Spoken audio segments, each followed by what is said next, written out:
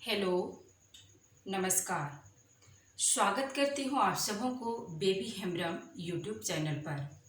इस वीडियो में मैं आप लोगों को सिंधु घाटी सभ्यता के नगर नियोजन के बारे में पढ़ाने जा रही हूँ। सबसे पहले हम लोग सिंधु घाटी सभ्यता के वो कौन कौन से स्थल हैं जिसे नगरों की संज्ञा दी गई है, उसे जानने की कोशिश करेंगे। ऐसे 8 स्थल हैं जिसे नगर की संज्ञा मिली है। उन स्थलों को चलिए हम लोग मैप के आधार पर समझने की कोशिश करेंगे। ये भारत का मानचित्र मैं बना रही हूँ। ये भारत का मानचित्र है और इस तरह से ये राजस्थान वाला भाग आ रहा है। ये है यहाँ, अब ये गुजरात आ गए और इधर महाराष्ट्र, कर्नाटका, केरला, इस तरह से यहाँ आंध्र प्रदेश, ये इधर उड़ीसा आ रहे हैं। फिर इसी तरह से यहाँ पश्चिम बंगाल और असम के बाद ये त्रिपुरा, यहाँ मणिपुर, मिजोरम, सब इस तरह से यहाँ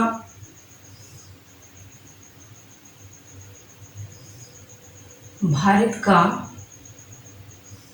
हम लोग, यहाँ सिक्किम है, ये अरुणाचल प्रदेश। ये हमारा भारत का मानचित्र इस तरह से हमने बना लिया है।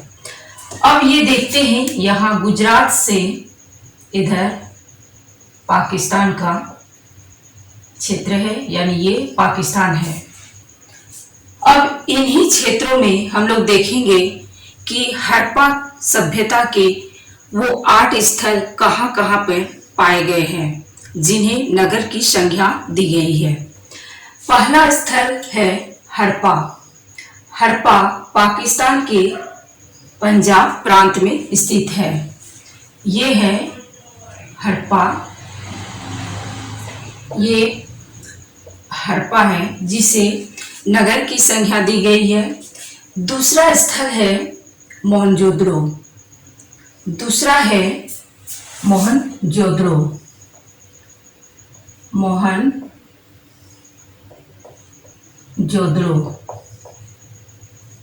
तीसरा है चन्हुदड़ो। तीसरा स्थल है चन्हुदड़ो। चौथा स्थल के रूप में धोलावीरा।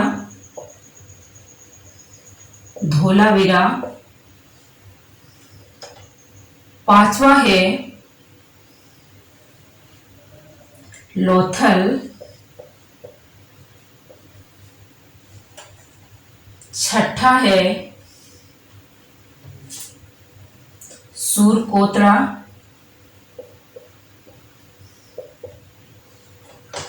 सातवां है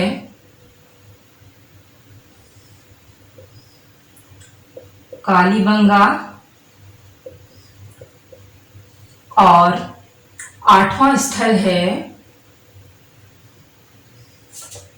बनवाली। इस तरह से ये 8 स्थल हैं जिसे नगर की संज्ञा दी गई है।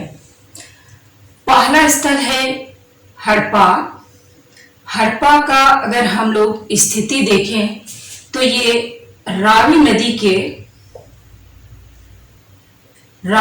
के बाईं तट पर हड़प्पा नगर स्थित था। दूसरा स्थल है मोहनजोदड़ो। मोहनजोदड़ो सिंधु नदी के दाहिने साइड में स्थित थे। और तीसरा स्थल है चन्हुदड़ो। चन्हुदड़ो सिंधु नदी के बाएं साइड में स्थित है। उसी प्रकार से धौलावीरा ये गुजरात राज्य में स्थित है। लोथल ये भी गुजरात में है। सूरकोतरा ये भी गुजरात राज्य में स्थित है। अगला स्थल है कालीबंगा। कालीबंगा राजस्थान में स्थित है और घग्गर नदी के किनारे में। उसी तरह से बनवाली है हरियाणा में और यह लुप्त हुए सरस्वती नदी के तट पर बसा हुआ था। इस तरह से यहाँ ये 8 स्थल जिसे हड़प्पा के स्थल हैं और इसे एक नगर की संज्ञा दी हुई है। यहाँ हम लोगों ने इन 8 स्थलों को देख लिए मैप पर, जिसे नगर की संज्ञा दी गई है। अब हम लोग इन स्थलों के नगर की नियोजन के बारे में आगे हम लोग डिस्कशन करेंगे। इन स्थलों की नगर स्थिति, नगर का नियोजन किस रूप में था, इनकी विशेषता के आधार पर हम लोग आगे डिस्कशन करेंगे। प्रत्येक स्थल यानी कि ये जितने भी 8 हड़प्पा के नगर हैं, इनकी अगर हम लोग बातें करें तो प्रत्येक स्थल 2 भागों में बटी हुई थी। इस तरह से 2 भागों में प्रत्येक स्थल बटी हुई थी। इधर वाला भाग को पूर्वी टीला कहा जाता है, यह पूर्वी टीला, और इधर वाला भाग पश्चिमी टीला। इस तरह से ये हड़प्पा के जो नगर स्थल हैं 2 भागों में बटी हुई है, एक पूर्वी टीला, दूसरा पश्चिमी टीला। पश्चिमी टीला पूर्वी टीला से थोड़ा ऊंचाई पे बसा हुआ है। पूर्वी टीला में मध्यम वर्ग के लोग रहा करते थे।